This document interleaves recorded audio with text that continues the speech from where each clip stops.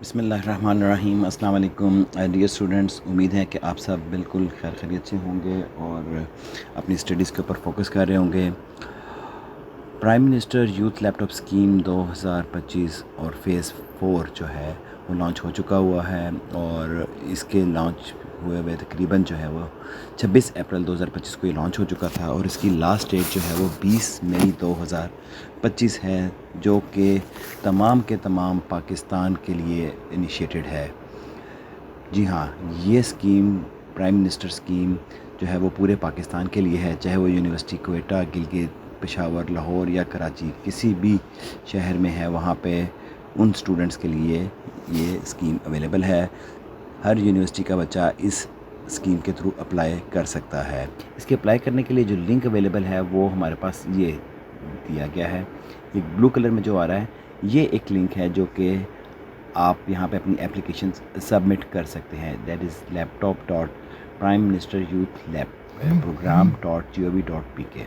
सो आपने इसको इन्हीं एब्रीवेशंस के अंदर लिखना है, laptop.pmyp.gov.pk। So PMYP is prime minister youth program, जो कि हमारे पास यहाँ पे ग्रीन कलर में भी लिखा हुआ आ रहा है।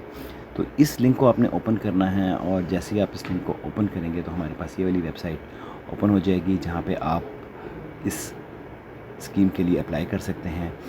तो अप्लाई करने के लिए यहाँ पे हमारे पास अप्लाई नाउ का बटन है, आपने जस्ट क्लिक करना है और अप्लाई नाउ का पेज आ जाएगा कि रजिस्ट्रेशन। प्लीज़ डेट्स को मद्देनज़र रखना है आपने कि आपने 20 तारीख से पहले अप्लाई कर देना है जी। अब यहाँ पे मैं कोई भी एक डमी CNAC डाल देता हूँ ताकि हमारे पास जो है एप्लीकेशन हम सबमिट करके देखें।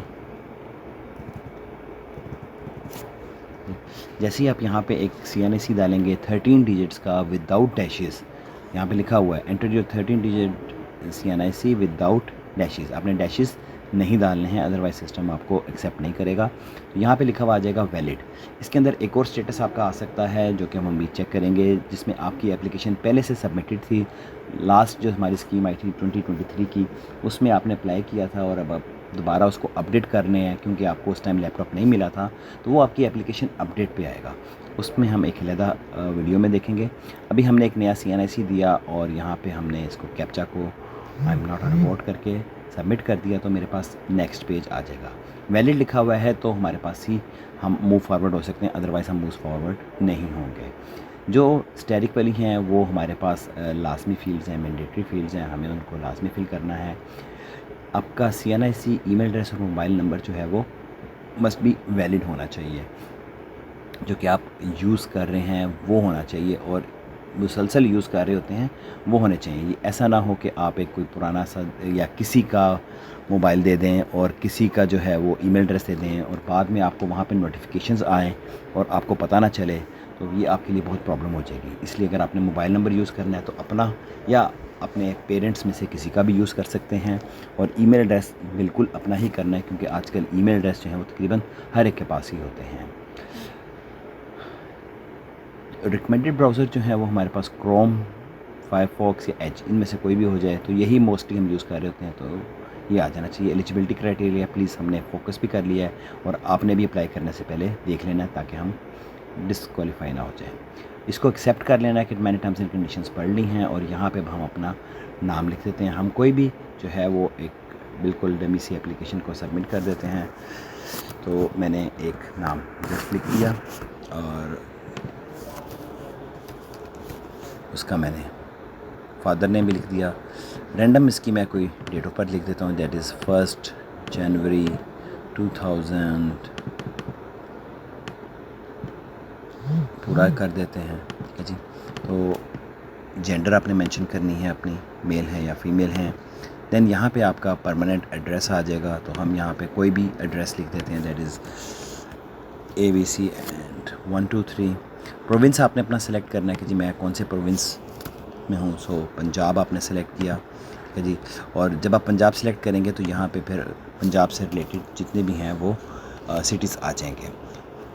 मेक श्योर कि आप अपना जो है वो प्रोविंस और सिटी बिल्कुल सही सेलेक्ट कर रहे हैं ताकि आपको अगर कोई अगले फॉर्म्स में जो है परेशानी ना हो, क्योंकि हमारे पास यहाँ पे 3 टाइप की कैटेगरीज आ रही हैं। पर्सनल इन्फॉर्मेशन, एकेडमिक इन्फॉर्मेशन और देन कॉन्टैक्ट वेरिफिकेशंस। तो ये आपने दे दी। एम्प्लॉयड हैं तो आपने येस कर देना है, अगर हम एम्प्लॉयड नहीं है तो नो कर दें। This will not affect any.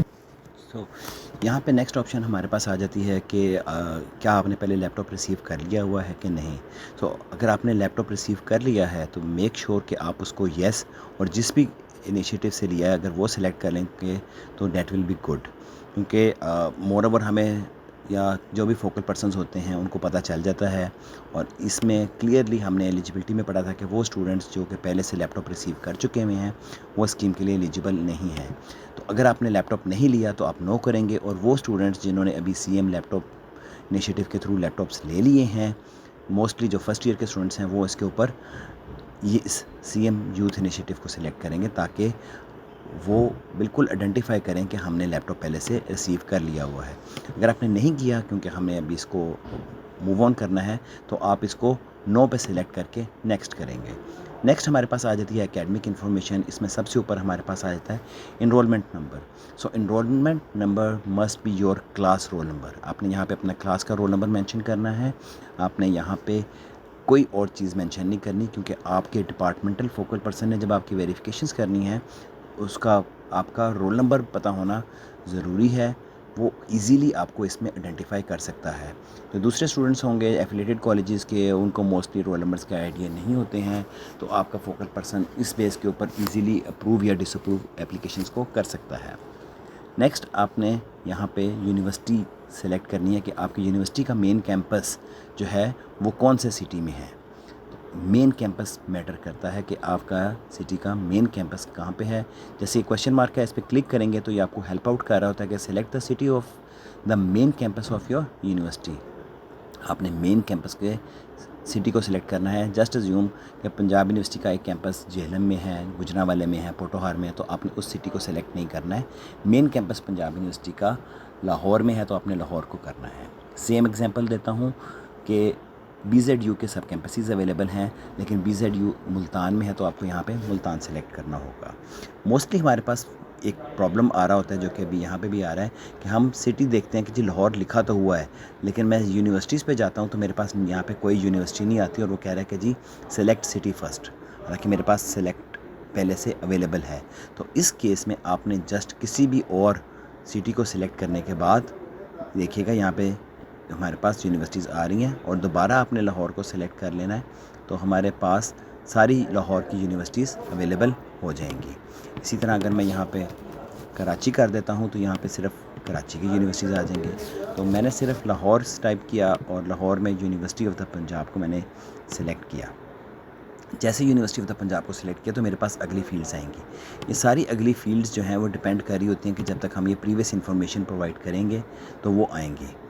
ये तकरीबन यहाँ तक इसी तरह चलेगा, प्रोग्राम भी और ये भी, ये सारी चीज़ें हमारे पास सिर्फ उसी टाइम अवेलेबल होंगी जब हम अपनी प्रीवियस इन्फॉर्मेशन यहाँ पे प्रोवाइड करेंगे। तो कैंपस हमारे पास पंजाब यूनिवर्सिटी के 4 कैंपसेस, मेन कैंपस जिसमें ओल्ड और न्यू कैंपस दोनों शामिल हैं, गुजरांवाला कैंपस, झेलम कैंपस और पोटोहार कैंपस। जौन सा भी आप कैंपस सेलेक्ट करेंगे उससे रेलिवेंट डिपार्टमेंट ही सिर्फ आपको नीचे नज़र आएंगे। मैं पोटोहार सेलेक्ट करता हूँ तो सिर्फ पोटोहार के कैंपसेस नज़र आ रहे हैं, डिपार्टमेंट्स नज़र आ रहे हैं। मेन कैंपस सेलेक्ट करूँगा तो ओल्ड कैंपस और न्यू कैंपस में जितने भी डिपार्टमेंट्स हैं अल्फ़ाबेटिकली यहाँ पे अवेलेबल हैं। आप इनमें से किसी भी डिपार्टमेंट को सिलेक्ट कर सकते हैं। So I will just select any department और इसमें मैं मेजरली हेले को कर देता हूँ क्योंकि we have a lot of students in the Hailey college. और ये मैंने सेलेक्ट किया और इसमें हमारे पास हर किस्म की ऑप्शंस भी नीचे अवेलेबल हो जाएंगी। डिग्री लेवल, आपकी डिग्री का लेवल कौन सा है, इट्स 18 ईयर्स डिग्री और इट्स 16 ईयर्स, यानी MPhil PhD की डिग्री है तो आप ये सिलेक्ट करेंगे। और अगर आप BS या BS 5th सेमेस्टर के स्टूडेंट हैं तो आप 16 ईयर्स को सिलेक्ट करेंगे। जैसे देखें मैंने 18 ईयर्स पे किया तो नीचे मेरे पास जो 18 ईयर्स एजुकेशन की डिग्रीज़ हैं वो आ रही हैं, MB 1.5, MS, MPhil, PhD, ये सारी अवेलेबल हैं। और अगर मैं यहाँ पे सिलेक्ट कर देता हूँ बैचलर्स तो यहाँ पे हमारे पास BS ऑनर्स और MCOM की आ रही हैं। MCOM स्टूडेंट्स और दोस्त जो कि BS 5th सेमेस्टर को फॉलो कर रहे हैं, प्लीज़ BS फिफ्थ सेमेस्टर आपने एमकॉम को सिलेक्ट करना है, आपने BS ऑनर्स को सिलेक्ट नहीं करना, क्योंकि BS ऑनर्स 4 इयर्स की डिग्री है। जैसे ही आपने सिलेक्ट किया है तो देखें ये एक डिसेबल्ड फील्ड है, यानी अनएडिटेबल फील्ड है, जिसमें 4 इयर्स खुद लिखा हुआ आ गया। तो आपकी डिग्री 4 इयर्स की नहीं है, आपकी डिग्री 2 इयर्स की है। जैसे आप एमकॉम को सिलेक्ट करेंगे तो यहाँ पे 2 इयर्स आ जाएगा। अब यहाँ पे आपने अपनी डेट ऑफ एडमिशन देनी है ना। जैसे ही आप डेट ऑफ एडमिशन देंगे तो आपके जो है एलिजिबिलिटी, आपकी जो कंप्लीशन है, डेट ऑफ कंप्लीशन, वो यहाँ पे खुद आ जाएगी। जैसे मैंने यहाँ पे दी कि जो मोस्टली हमारे एडमिशन सितंबर अक्टूबर में कंप्लीट हो जाते हैं, और यहाँ पे मैंने मेंशन कर दिया 2024 में आपका एडमिशन हुआ था, तो कंप्लीशन डेट आपकी यहाँ पे अवेलेबल हो गई है। अगर आप उस डेट से कम देंगे जो कि हमारे पास एलिजिबिलिटी क्राइटेरिया में मेंशन थी, तो ये आपकी एप्लीकेशन को यहाँ से बाहर निकाल लेगा, आपको बाकी फॉर्म फिल करने नहीं देगा। सो मेक श्योर कि आपकी जो डिग्री की कंप्लीशन है that must be higher than these dates. आपकी डिग्री की अगेंस्ट वो डेट्स ये खुद मेंशन कर देगा। तो इससे ज़्यादा ही होनी चाहिए, इससे कम की होगी तो वो आपको सिस्टम से आउट कर देगा। दैन यहाँ पे आ गया कि आपकी डिग्री सेमेस्टर बेस है या एनुअल बेस है। एनुअल की हमारे पास मोस्टली बहुत कम डिग्रीज़ अवेलेबल होती हैं। जैसे हमारे पास फॉर्म डी की डिग्री है जो कि सिर्फ एनुअल पे है, बाकी सारी हमारी सेमेस्टर पे होती हैं। और सेमेस्टर के बाद फिर यहाँ पे हमारे पास हम इसको मिलता है ना, जिस तरह की ये सारी जो हैं इसके ऊपर डिपेंड कर रही होती हैं। अगर आप सेमेस्टर करेंगे तो यहाँ से आपके सेमेस्टर पूछेगा, और अगर आप एनुअल करेंगे तो फिर वो आपसे ईयर पूछेगा, फिर सेमेस्टर को वो रोक देगा। ऑब्वियसली आपकी डिग्री जो है एमकॉम की दैट इज़ ऑफ 2 इयर्स, तो इसमें 4 सेमेस्टर से ज़्यादा नहीं आएंगे। आपने ये काम बिल्कुल नहीं सोचना कि जी मेरी डिग्री BS फिफ्थ सेमेस्टर में है, करंटली मैं 7th सेमेस्टर में हूँ, तो यहाँ पे 7th की ऑप्शन नहीं आ रही है। 7th मीन्स यू आर 4+3, ठीक है ना। 4 कहाँ, जो आप ADP पढ़ के आए थे, और ये 3 दैट मेक 7। तो यहाँ पे आपने 3 को सिलेक्ट करना है, आपने 7 को सिलेक्ट नहीं करना है। एक तो ऑप्शन भी नहीं है, मोर ओवर आपने किसी भी लिहाज से अपने आप को जो है वो गलत नहीं करना, यानी आपने एक तो BS डिग्री में भी अप्लाई नहीं करना है, सेकेंडली आपने अपना सेमेस्टर भी बिल्कुल करेक्ट मेंशन करना है। फर्स्ट BS फिफ्थ सेमेस्टर में जो फर्स्ट सेमेस्टर के स्टूडेंट्स होंगे, जो कि मोस्टली कहते हैं कि जी हम फिफ्थ सेमेस्टर में हैं, वो हमारे पास सेमेस्टर 1 को सिलेक्ट करेंगे। BS फिफ्थ सेमेस्टर के स्टूडेंट्स जो कि सेकंड सेमेस्टर में हैं, वो हमारे पास सेकंड करेंगे, जो कि मोस्टली कह रहे होते हैं कि जी हम 6th में हैं, तो वो अपने 5 को 1, 6 को 2, 7 को 3 और 8 को 4 कंसीडर करते हुए यहाँ पे फॉर्म को फिल करना है। मैं यहाँ पे अगर अब डिग्री भी चेंज करता हूँ, 4 इयर्स BS ऑनर्स कर देता हूँ, तो देखें यहाँ पे भी चेंज हो गया हमारे पास। मैं यहाँ पे मंथ भी मेंशन कर देता हूँ कि जी हमारे पास सितंबर में एडमिशन हुए थे, और 2023 कर देते हैं। कंप्लीशन डेट आ गई है, सेमेस्टर सिस्टम आपका आ गया। सेमेस्टर में करंटली जो 2020 हमारे पास 3 के स्टूडेंट्स थे, ठीक है ना। तो इसमें अगर कोई चीज़ आपकी प्रॉपर वर्क ना कर रही हो तो उससे पिछली फील्ड को आपने जाके चेंज कर देना है, आपके पास डाटा बिल्कुल ठीक आ जाएगा। जैसे भी मेरे पास 4 सेमेस्टर्स आ रहे थे, तो मैंने सेमेस्टर्स को दोबारा सेलेक्ट किया है, एनुअल से दोबारा सेमेस्टर में आऊँ तो मेरे पास देखें अब 8 के 8 सेमेस्टर्स आ गए हैं। जो वो स्टूडेंट्स जो कि अभी हमारे पास एडमिशन फॉल 23 के थे, वो करंटली सेमेस्टर 4 के होंगे, तो प्लीज़ आपने सेमेस्टर 4 सेलेक्ट कर देना है। ईयर अब आप सेलेक्ट नहीं करेंगे, ईयर ये खुद सेलेक्ट कर लेगा। HSSC यानी आपकी इंटर की परसेंटेज यहाँ पे आएगी। जो भी आपकी इंटर की परसेंटेज है वो आपने यहाँ पे लिख देनी है। इसका कोई ख़ास फ़र्क हमारे पास नहीं है, लेकिन फिर भी आपने करनी है, बिल्कुल एक्यूरेट करनी है। इस वजह से कि अगर आपकी क्लास में एक लैपटॉप अवार्ड हो रहा है, मैं एग्जांपल दे रहा हूँ, और 2 बच्चे सेलेक्ट हैं, जिन दोनों बच्चों का CGPA 3.5 है, तो जिसमें फिर इन दोनों में से जिस बच्चे का परसेंटेज इंटर की ज़्यादा होगी उसको लैपटॉप अवार्ड होगा। एक लैपटॉप होने की सूरत में सेम CGPA हो तो हमारे पास फिर इंटर के मार्क्स काउंट किए जाते हैं, और अगर इंटर के मार्क्स भी सेम हो, उसकी डेट ऑफ एप्लीकेशन सबमिशन को फॉलो किया जाता है कि किसने पहले एप्लीकेशन सबमिट की थी उसको ये लैपटॉप अवार्ड कर दिया जाता है। ये HEC के रूल्स हैं। ग्रेडिंग सिस्टम कि आपका रिज़ल्ट किस तरीके से आ रहा है, डेट इज़ इन परसेंटेज और CGPA। सेमेस्टर बेस में हम सारे के सारे बच्चे जो हैं वो हमारे पास CGPA पे आते हैं। अब यहाँ पे सिर्फ लॉ के स्टूडेंट्स जो हैं वो लॉ के वो स्टूडेंट्स जो कि एनुअल बेसिस पे थे वो परसेंटेज सेलेक्ट करेंगे, क्योंकि परसेंटेज जो है वो हमारे पास 60% वाला जो है एलिजिबल है, और CGPA है तो डेट इज़ 70% वाला एलिजिबल है। और यहाँ पे CGPA आपने मेंशन कर देना है। अगर मैं 2.7 करता हूँ तो आप देखिएगा उसकी परसेंटेज 68% बन रही है। तो सेमेस्टर सिस्टम में 68 वाला हमारे पास इनएलिजिबल है। यहाँ पे भी हमने सेमेस्टर सिस्टम मेंशन किया हुआ है। मेक श्योर लॉ के बच्चे जो कि एनुअल बेसिस पे थे या फार्मेसी के जो कि एनुअल बेसिस पे हैं, वो यहाँ पे भी एनुअल सेलेक्ट करेंगे और इधर भी परसेंटेज में एनुअल सेलेक्ट करेंगे, तब आपका मेरिट डिफरेंटली कैलकुलेट होगा। अदरवाइज़ आप CG बेस पे आ जाएंगे और आपको लैपटॉप के लिए शायद जो है आप डिसअप्रूव हो जाए। तो यहाँ से आपने अपना CGPA किया और 2.8 वाला एलिजिबल है। तो यहाँ पे मैंने 2.8 करूँगा तो आपके 70% बनेंगे। इन दोनों में से आप एक फ़ील्ड को ही सिलेक्ट कर सकते हैं। आप सेमेस्टर बेस हैं तो CGPA करेंगे। अभी जो हमारे स्टूडेंट्स हैं जो कि मोस्टली 2024 में जिनका एडमिशन हुआ था, जिनको मोस्टली स्टूडेंट्स को CM लैपटॉप स्कीम से भी लैपटॉप मिल चुके में हैं, लेकिन वो बच्चे जिनके 65 से कम थे और वो उसके लिए एलिजिबल नहीं थे या वो अप्लाई नहीं कर सके थे, वो PM के लिए अप्लाई करेंगे और वो यहाँ पे अपने फर्स्ट सेमेस्टर का CGPA देंगे। अब आपने यहाँ पे अपने इंटर के मार्क्स नहीं देने हैं, आपका फर्स्ट सेमेस्टर का रिज़ल्ट आ चुका हुआ है, आपने उसका CGPA मेंशन करना है। मैं 4 करता हूँ तो देखिएगा 100% हो जाता है। जो भी इसका क्राइटेरिया है वो उसके मुताबिक कैलकुलेशन खुद यहाँ पे कर देगा। आप अपना जस्ट CGPA मेंशन करना है। तो ये एकेडमिक वाले इन्फॉर्मेशन को आपने बिल्कुल केयरफुली सबमिट करना है ताकि आप जो है वो यहाँ से ही आपकी टोटल एलिजिबिलिटी बननी है। नेक्स्ट स्टेप करते हैं। तो अभी हमारे पास आ जाती हैं वेरिफिकेशंस कि आपने अपना मोबाइल नंबर देना है और अपना ईमेल देना है। आप अपना जो सा भी मोबाइल नंबर यहाँ पे सबमिट करेंगे वो आपके यूज़ में होना चाहिए, आपके पेरेंट्स के यूज़ में होना चाहिए।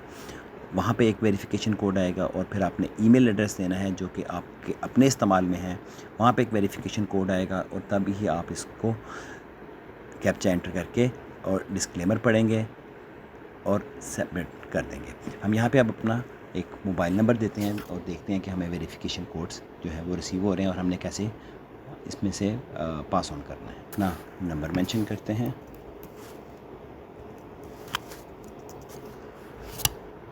टैप करेंगे तो ये हमारे पास आ जाएगा कि जी सेंड कोड और नीचे आ गया कि एंटर फ़ोन वेरिफिकेशन कोड।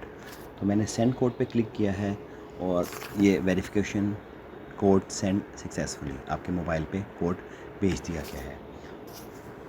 फौरी तौर पे तो नहीं, लेकिन कुछ देर में ये कोड आपके मोबाइल में रिसीव हो जाता है एज अ SMS। ये आपको व्हाट्सएप नहीं आएगा, ये आपको SMS के तौर पे रिसीव होगा। तो हम उसका वेट करते हैं।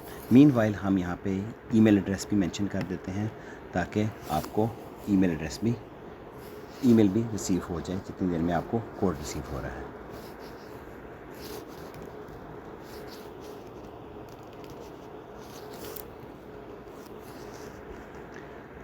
वेरिफिकेशन ईमेल पे क्लिक किया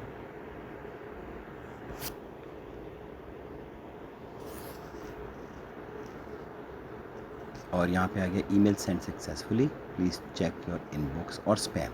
प्लीज़ बहुत ज़्यादा स्टूडेंट्स को ऐसे होता है कि जी हमें ईमेल रिसीव नहीं हो रही है, तो आपने ईमेल जो है वो अपने स्पैम में भी देखनी है। इनबॉक्स के अलावा आपने अपने स्पैम को भी देखना है। इन कोड्स के आने में तकरीबन 5 मिनट का टाइम लग सकता है। यहाँ पे इन्होंने लिखा हुआ है 3 से 4 मिनट, तो ओबियसली थोड़ा टाइम लगेगा। B patience. इस दौरान आपका नेट जो है वो डिस्कनेक्ट ना हो तो date will be very much better. जी, मुझे है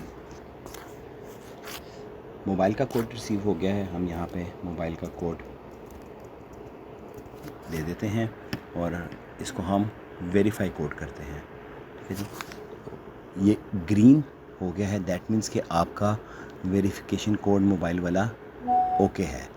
ग्रीन मीन्स कि आपका मोबाइल का जो है वेरिफिकेशन कोड वो एक्सेप्ट हो चुका हुआ है। तो अब हम इसका चेक करते हैं कि हमारे पास ईमेल में क्या कोड रिसीव हुआ है।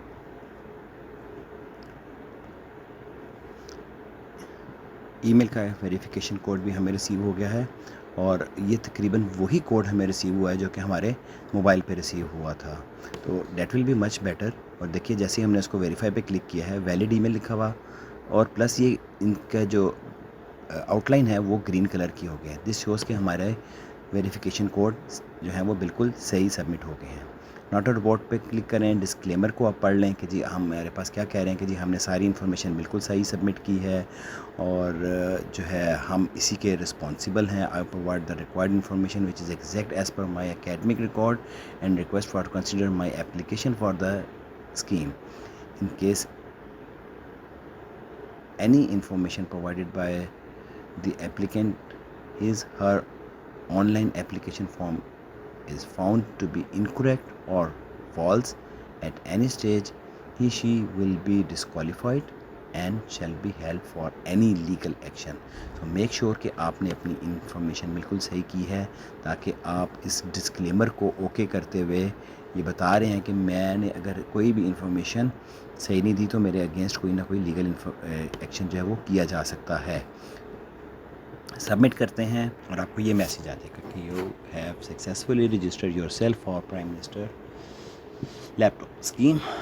और successful registration does not in any case guarantee the award of laptop. इसका मतलब ये नहीं है कि आपको अवार्ड हो गया लैपटॉप या लाजमी मिलेगा। आप ये समझें कि जी मैं 2.8 CGP है और मैं इस स्कीम के लिए एलिजिबल हूँ। ऑब्वियसली ऐसा नहीं है, जो मेरिट बेस है ये टोटल आपको मेरिट के ऊपर ये मिलेगा। अगर आप मेरिट में फॉलो कर रहे हैं तो ये स्कीम में से आपको लैपटॉप लाजमी मिल जाएगा।